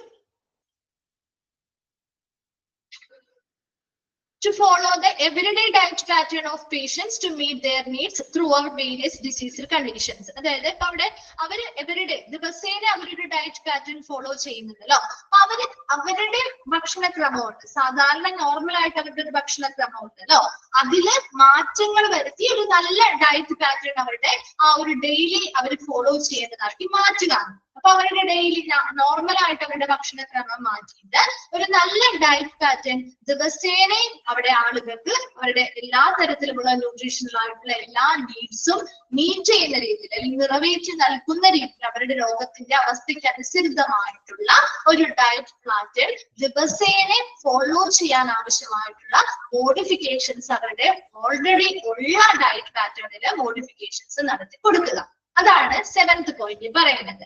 8th പോയിന്റില് the everyday function of the dietary department. ഒരു ഡയറ്ററി ഡിപ്പാർട്ട്മെന്റ് ദിവസേനയുള്ള പ്രവർത്തനമാണ് അവിടെയുള്ള അഡ്മിറ്റ് ആയിട്ടുള്ള ഇൻപേഷ്യൻസിന് മീൽസും അതുപോലെ സ്നാക്സും പ്രൊവൈഡ് ചെയ്യുക എന്ന് പറയുന്നത്. എപ്പോഴും അത് എങ്ങനെയായിരിക്കണം തയ്യാറാക്കേണ്ടത്? ആ പേഷ്യൻസ്, ചില പേഷ്യൻസിന് എല്ലാ ഭക്ഷണങ്ങളും കഴിക്കാൻ പറ്റില്ല അല്ലെ, ചിലർക്ക് ചില കാര്യങ്ങൾ ഉൾപ്പെടുത്തേണ്ടതായിട്ടുണ്ടാവും. അപ്പൊ അങ്ങനെ അവരുടെ ഫിസിഷ്യൻസിന്റെ ഡോക്ടേഴ്സിന്റെ റിട്ടൺ ഓർഡർ പ്രകാരമുള്ള സ്ട്രിക്റ്റ് ആയിട്ടുള്ള നിർദ്ദേശങ്ങൾ പ്രകാരമായിരിക്കണം മീൽസ് ആണെങ്കിലും സ്നാക്സ് ആണെങ്കിലും തയ്യാറാക്കി നൽകാനായിട്ട്. ക്ലിയർ ആണോ 7 ഉം 8 ഉം? ഓക്കെ, നീ ഇതാണ് ചോദിച്ചത്. തെങ്ങില് പറയുന്നത് ട്രെയിൻ ഡയറ്ററ്റിക്സ് ഇന്റേൺ. അതായത് ഇവിടെ ഡയറ്ററ്റിക്സ് എന്ന് പറഞ്ഞാൽ ശരിക്കും നമ്മുടെ ഭക്ഷണം ഒരു ഫോളോ ചെയ്യുന്ന ഡയറ്റും അത് നമ്മുടെ ഹെൽത്തിനെ എങ്ങനെ ബാധിക്കുന്നു എന്നുള്ളതാണ്. ഹെൽത്തിന് എന്തൊക്കെ പ്രയോജനകരമായിട്ടുണ്ട് ആ ഒരു ഡയറ്റ് ഫോളോ ചെയ്യുന്നത്, നമ്മുടെ ആരോഗ്യത്തിൽ എന്തൊക്കെ മാറ്റങ്ങൾ സൃഷ്ടിക്കാൻ പറ്റും. അപ്പൊ ഇവിടെ ഒരു ഡയറ്റ് നമ്മൾ പ്രിപ്പയർ ചെയ്യുമ്പോ അതുമായി ബന്ധപ്പെട്ട കാര്യങ്ങൾ ആരും കൂടി മനസ്സിലാക്കിയിരിക്കണം, അവിടുത്തെ സ്റ്റാഫുകളും കൂടി അറിഞ്ഞിരിക്കണം അല്ലെ. അപ്പൊ അതിന് വേണ്ടിയിട്ട് അവിടുത്തെ ജീവനക്കാർക്കും ഇതുപോലെ ഓരോ ഫുഡ് ഹാബിറ്റ് എന്തൊക്കെയാണ്, അതിൽ ഓരോ ഭക്ഷണ പദാർത്ഥങ്ങൾ എന്താണെന്നും അതിന്റെ ഇമ്പോർട്ടൻസ് എന്താണെന്നും അത് എത്രത്തോളം ഓരോരുത്തരുടെയും ഹെൽത്തിനെ ബാധിക്കുന്നു എന്നൊക്കെയുള്ളൊരു പരിശീലനങ്ങൾ നൽകുക. ക്ലിയർ ആയോ?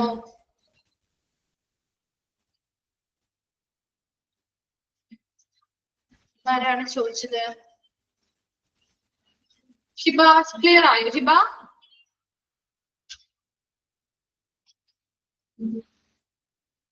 ഓക്കെ ആണോ?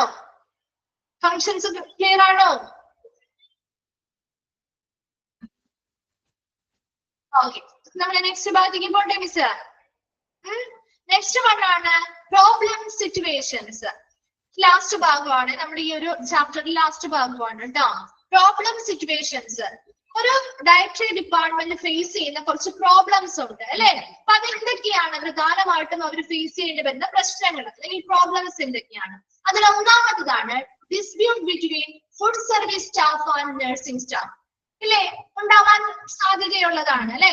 അവിടെ ഫുഡ് സർവീസ് ചെയ്യുന്ന സ്റ്റാഫുകളും നഴ്സിംഗ് സ്റ്റാഫുകളും തമ്മിൽ എന്തെങ്കിലും തർക്കങ്ങൾ ഉണ്ടാവാലോ, അഭിപ്രായ വ്യത്യാസങ്ങളോ അല്ലെങ്കിൽ തർക്കങ്ങളോ ഉണ്ടായി കഴിഞ്ഞാൽ അതൊരു പ്രശ്നമല്ലേ? ഈ ഒരു ഡിപ്പാർട്ട്മെന്റ് നേരിടുന്ന ഒരു പ്രശ്നമാണോ? ആണോ? Dispute between food service staff and nursing staff. അപ്പൊ ഫുഡ് സർവീസ് സ്റ്റാഫുകളും നഴ്സിംഗ് സ്റ്റാഫുകളും തമ്മിൽ എന്തെങ്കിലും ഡിസ്പ്യൂട്ടോ തർക്കമോ അല്ലെങ്കിൽ ഒരു അഭിപ്രായ വ്യത്യാസമോ ഉണ്ടാവുന്നത് ഈ ഒരു ഡിപ്പാർട്ട്മെന്റ് ഫേസ് ചെയ്യുന്ന ഒരു പ്രോബ്ലം സിറ്റുവേഷൻ ആണ്. രണ്ടാമത്തെ situation, complaints against the department with regard to the quality of food. അതായത് ഈ ഒരു ഡിപ്പാർട്ട്മെന്റ് നൽകുന്ന ഭക്ഷണത്തിന്റെ ക്വാളിറ്റിയുമായി ബന്ധപ്പെട്ട്, ഗുണനിലവാരവുമായി ബന്ധപ്പെട്ട് എന്തെങ്കിലും കംപ്ലൈന്റുകൾ വരിക. നമ്മൾ ചില ഹോട്ടൽസിൽ നമ്മൾ കംപ്ലൈന്റ് പറയാറുണ്ട് അല്ലെ? പറയാറില്ലേ? ഇന്നത്തെ ഭക്ഷണം, ഇവിടുത്തെ ഭക്ഷണം അങ്ങനെയായിരുന്നു, ഇങ്ങനെയായിരുന്നു, അതിന്റെ ക്വാളിറ്റിയെ കുറിച്ച് നമ്മൾ കംപ്ലൈന്റ്സ് കൊടുക്കാറുണ്ടല്ലോ. അതുപോലെ തന്നെ ഈ ഒരു ഡിപ്പാർട്ട്മെന്റിലേക്ക് അവരുടെ ഭക്ഷണത്തിന്റെ, അവർ സെർവ് ചെയ്യുന്ന ഫുഡിന്റെ ക്വാളിറ്റിയുമായി ബന്ധപ്പെട്ട് എന്തെങ്കിലും കംപ്ലൈന്റ്സ് വന്നു കഴിഞ്ഞാൽ അത് ആര് ഫേസ് ചെയ്യുന്ന ഒരു പ്രോബ്ലം ആണ്? ആ ഡിപ്പാർട്ട്മെന്റ് ഫേസ് ചെയ്യുന്ന ഒരു പ്രോബ്ലം അല്ലേ? ആണോ? ഇനി തേർഡ് വൺ ആണ് trivial theft and robbery in department. ആ ഒരു ഡിപ്പാർട്ട്മെന്റില് വളരെ കാര്യക്ഷമമായിട്ടുള്ള, വളരെ നല്ല രീതിയിൽ ഒരു മോഷണമോ അല്ലെങ്കിൽ മറ്റെന്തെങ്കിലും രീതിയിലൊരു റോബറി അല്ലെ, ഒരു കവർച്ചയോ കാര്യങ്ങളോ നടന്ന് കുറെ സാധനങ്ങൾ നഷ്ടപ്പെട്ടു. അത് അവർ നേരിടുന്ന ഒരു പ്രോബ്ലം അല്ലേ? ആണോ? അടുത്തത് big frauds can occur in materials management department. അതായത് നമ്മുടെ മെറ്റീരിയൽസ് മാനേജ്മെന്റ് ഡിപ്പാർട്ട്മെന്റിന്റെ കീഴിലാണ് നമ്മൾ ഈ ഒരു ഡിപ്പാർട്ട്മെന്റിന് വേണ്ടിയിട്ടുള്ള സാധനങ്ങളൊക്കെ പർച്ചേസ് ചെയ്യുന്നത്. അങ്ങനെ പർച്ചേസ് ചെയ്യുന്നതുമായി ബന്ധപ്പെട്ട് വലിയ രീതിയിലുള്ള ഒരു കള്ളത്തരം അല്ലെങ്കിൽ ഒരു ഫ്രോഡ് പ്രവർത്തനങ്ങൾ നടന്നു വിചാരിക്കാം. ഇപ്പൊ എന്തായാലും വലിയ രീതിയിലൊരു തട്ടിപ്പ് നടന്നിട്ടുണ്ടെങ്കിൽ അതും ഇവര് ഫേസ് ചെയ്യുന്ന ഒരു ഇതാണ് അല്ലെ? ഇവർക്ക് വേണ്ട ക്വാണ്ടിറ്റിയിലുള്ള സാധനങ്ങളായിരിക്കില്ല, അതിൽ കൂടുതൽ ചിലപ്പോ ആ മെറ്റീരിയൽസ് മാനേജ്മെന്റ് ഡിപ്പാർട്ട്മെന്റുമായി ബന്ധപ്പെട്ട ആരെങ്കിലും ഒരു ഫ്രോഡ് അല്ലെ, തട്ടിപ്പ് നടത്തി കൂടുതൽ സാധനങ്ങൾ പർച്ചേസ് ചെയ്യാം, അല്ലെങ്കിൽ ഇവർക്ക് ആവശ്യമായിട്ടുള്ള സാധനങ്ങൾ ലഭ്യമാക്കാതെ സ്റ്റോക്ക് അവൈലബിൾ അല്ല എന്ന രീതിയിൽ ഇവര് ചിലപ്പോൾ എന്തെങ്കിലും തട്ടിപ്പുകൾ നടത്താം. അപ്പൊ അങ്ങനെയുള്ള കേസുകളാണ് frauds can occur in materials management department. അതുപോലെ തന്നെ ഡിസ്പോസൽ ഓഫ് വേസ്റ്റ് ഗാർബേജ് അല്ലെ? ഒരു കിച്ചണ് കാര്യങ്ങളൊക്കെ പ്രവർത്തിക്കുന്നത് കൊണ്ടുള്ള ഒരുപാട് വേസ്റ്റ് വരും അല്ലെ? അത് കൃത്യമായിട്ട് ആ ഒരു വേസ്റ്റ് നിർമ്മാർജ്ജനം ചെയ്യുക എന്നത് ഇവര് ഫേസ് ചെയ്യുന്ന ഒരു പ്രോബ്ലം ആണ്. അപ്പൊ കുറച്ച് പ്രോബ്ലം സിറ്റുവേഷൻസ് ആണ് പറഞ്ഞിരിക്കുന്നത്. എന്തൊക്കെയാണ് ആ ഒരു പ്രോബ്ലം വരുന്ന, പ്രശ്നങ്ങൾ വരുന്ന സാഹചര്യങ്ങള്? ഒന്നാമത്തത് സർവീസ് സ്റ്റാഫ്, ഫുഡ് സെർവ് ചെയ്യുന്ന സ്റ്റാഫുകളും നഴ്സിംഗ് സ്റ്റാഫുകളും തമ്മിലുള്ള തർക്കങ്ങൾ ഉണ്ടാകുന്നുണ്ട്. രണ്ടാമത്തത് അവർ കൊടുക്കുന്ന ഭക്ഷണത്തിന്റെ ക്വാളിറ്റിയുമായി ബന്ധപ്പെട്ട് എന്തെങ്കിലും കംപ്ലൈന്റ്സ് ഉണ്ടാവുന്നത്. മൂന്നാമത്തത് അവിടെ എന്തെങ്കിലും ശരിയായ രീതിയിലുള്ള എന്തെങ്കിലും മോഷണങ്ങളോ അല്ലെങ്കിൽ കവർച്ചകളോ ഒക്കെ നടക്കുന്നതാവാം. അല്ലെങ്കിൽ എന്തെങ്കിലും മെറ്റീരിയൽസ് മാനേജ്മെന്റുമായി ബന്ധപ്പെട്ട് സാധനങ്ങൾ പർച്ചേസ് ചെയ്യുമ്പോഴോ റിസീവ് ചെയ്യുമ്പോഴോ സ്റ്റോർ ചെയ്യുന്നതുമായി ബന്ധപ്പെട്ടോ തട്ടിപ്പുകൾ ഉണ്ടാവുന്നത്. അതുപോലെ ഡിസ്പോസൽ ഓഫ് വേസ്റ്റ് ഗാർബേജ്, മലിനമായിട്ടുള്ള ഭക്ഷണ പദാർത്ഥങ്ങളാവാം അല്ലെങ്കിൽ മറ്റെന്തെങ്കിലും മാലിന്യങ്ങളാവാം, അത് നിർമ്മാർജ്ജനം ചെയ്യുന്നതുമായി ബന്ധപ്പെട്ടും ഇവര് പ്രോബ്ലം ഫേസ് ചെയ്യാറുണ്ട്. വേഗം വായിച്ചു നോക്കിയ പ്രോബ്ലം സിറ്റുവേഷൻസ്.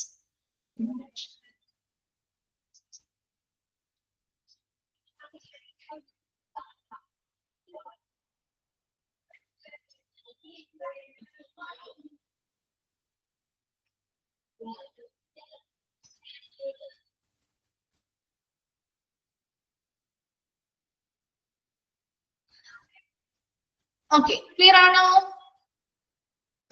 ഓക്കെ, നമ്മുടെ ലാസ്റ്റ് ഭാഗമാണ് policies and procedures that can be applied in dietary. ഒരു ഡയറ്ററിയുമായി ബന്ധപ്പെട്ട്, ഒരു ഡയറ്ററി ഡിപ്പാർട്ട്മെന്റുമായി ബന്ധപ്പെട്ട് എന്തൊക്കെ പോളിസീസ് ആൻഡ് പ്രൊസീജിയേഴ്സ് ആണ് നമുക്ക് ആപ്ലിക്കബിൾ ആയിട്ടുള്ളത്? അപ്പൊ അതിലെ കുറച്ച് കാര്യങ്ങൾ പറയുന്നുണ്ട്. അതിൽ ഒന്നാമത്തെ കാര്യം എന്ന് പറയുന്നത് dietitian is liable for the quality and quantity of food items. ഒരു ഡിപ്പാർട്ട്മെന്റ്, ഒരു ഡയറ്ററി ഡിപ്പാർട്ട്മെന്റ് പ്രൊവൈഡ് ചെയ്യുന്ന ഫുഡ് ഐറ്റംസിന്റെ ക്വാളിറ്റി ആണെങ്കിലും ക്വാണ്ടിറ്റി ആണെങ്കിലും ആരാണ് അതിന് ബാധ്യസ്ഥനായിട്ടുള്ള വ്യക്തി, ആരാണ് അത് കൃത്യമായിട്ട് മേൽനോട്ടം വഹിക്കേണ്ടത്? ഒരു ഡയറ്റീഷ്യൻ ആണ് അല്ലെ. അപ്പൊ അദ്ദേഹമാണ് ഈ ഫുഡ് ഐറ്റംസിന്റെ ക്വാണ്ടിറ്റിയും ക്വാളിറ്റിയും കൃത്യമായിട്ട് വിലയിരുത്തേണ്ടതും അത് മേൽനോട്ടം വഹിക്കണം. അതുകൊണ്ട് തന്നെ അദ്ദേഹമാണ് അതിന്റെ ബാധ്യസ്ഥനായിട്ടുള്ള ഒരു വ്യക്തി, അല്ലെങ്കിൽ അതിന്റെ ബാധ്യത ആ ഡയറ്റീഷ്യൻ തന്നെയാണ്. രണ്ടാമത്തത്, powers of emergency purchases should be given to the officer in charge. ഇനി എന്താ രണ്ടാമത് പറയുന്നത്? Powers of emergency purchase. ഇപ്പൊ പെട്ടെന്ന് നമ്മുടെ വീട്ടിൽ ഒരു കിച്ചണിൽ നമ്മുടെ അമ്മ വർക്ക് ചെയ്തോണ്ടിരിക്കുക, അല്ലെങ്കിൽ നമ്മൾ എന്തെങ്കിലും കറിയൊക്കെ ഉണ്ടാക്കിക്കൊണ്ടിരിക്കാന്ന് വിചാരിക്കാം. പെട്ടെന്ന് എന്തെങ്കിലും സാധനങ്ങള് തീർന്നു പോയി, ഇല്ല നമ്മൾ എടുത്തപ്പോഴായിരിക്കും ചിലപ്പോൾ തീർന്നു കാണാം. നമ്മൾ എന്ത് ചെയ്യും? ലോക്കലായിട്ട് പർച്ചേസ് ചെയ്യും അല്ലെ. സാധനങ്ങൾ ലോക്കലായിട്ട് പർച്ചേസ് ചെയ്യാറില്ലേ? ചെയ്യാറുണ്ടോ? ഇപ്പൊ നമ്മുടെ വീട്ടില് അമ്മയില്ല, അമ്മയാണ് കിച്ചന്റെ കാര്യങ്ങളൊക്കെ നോക്കുന്നതെന്ന് വിചാരിക്കാം. അപ്പൊ അമ്മയില്ല വീട്ടില്, നമ്മളാണ് പാചകത്തിന് കയറിയിരിക്കുന്നത്. അപ്പൊ നമ്മൾ നോക്കുമ്പോൾ പർട്ടിക്കുലർ ആയിട്ട് ആ ഒരു കറിക്ക് ആ ഒരു സാധനം വേണം, നിർബന്ധമാണ്, എന്നിട്ടാലേ ആ ഒരു കറി ആവുള്ളൂ. ആ സാധനം അവിടെ ഇല്ല. നമ്മളാണെങ്കിൽ ഒരു പ്രിപ്പറേഷന്റെ ഒരു പകുതി സ്റ്റേജും ആയി.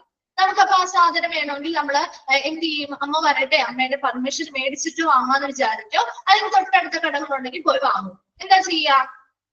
ലോക്കലായിട്ട് നമ്മൾ പെട്ടെന്ന് പർച്ചേസ് ചെയ്യാനാണ് ശ്രമിക്കുക അല്ലെ? ആണോ? ഇവിടെയും പവേഴ്സ് ഓഫ് എമർജൻസി അല്ലെ. വീട്ടിൽ നിന്ന് അപ്പുറത്തെ വീട്ടിൽ നിന്ന് വാങ്ങുന്നതോ? ഓ ശരി, അപ്പുറത്തെ വീട്ടിൽ നിന്ന് വാങ്ങുന്നതായിരിക്കും അല്ലെ. ശരി, തൊട്ടടുത്ത് അല്ലെങ്കിൽ നമ്മൾ തൊട്ടടുത്ത് ഷോപ്പോ കാര്യങ്ങളോ ഉണ്ടെങ്കിൽ നമ്മൾ അവിടെ നിന്ന് വാങ്ങും അല്ലെ.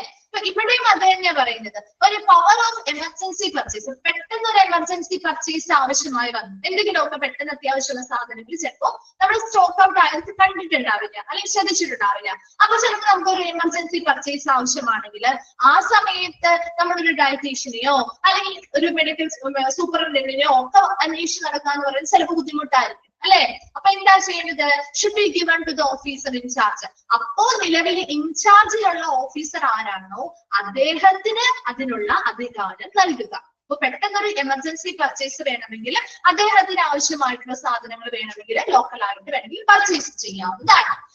മൂന്നാമത്തത്, a team consisting of 3 to 4 members should inspect the food items received. അതുപോലെ തന്നെ ഒരു 3-4 മെമ്പേഴ്സ് അടങ്ങിയിട്ടുള്ള ഒരു ടീം എന്ത് ചെയ്യണം? ഈ വന്നിട്ടുള്ള ഫുഡ് ഐറ്റംസ് ഒക്കെ എന്ത് ചെയ്യുക? പരിശോധിക്കുക. നമ്മൾ ഉണ്ടാക്കി വെച്ച ഫുഡ് ഐറ്റംസ് ആയിക്കോട്ടെ, അല്ലെങ്കിൽ നമ്മൾ പർച്ചേസ് ചെയ്ത് വന്നിട്ടുള്ള ഫുഡ് ഐറ്റംസ് ആയിക്കോട്ടെ, ഇതൊക്കെ ഒരു 3-4 മെമ്പേഴ്സ് അടങ്ങിയ ടീം എന്ത് ചെയ്യണം?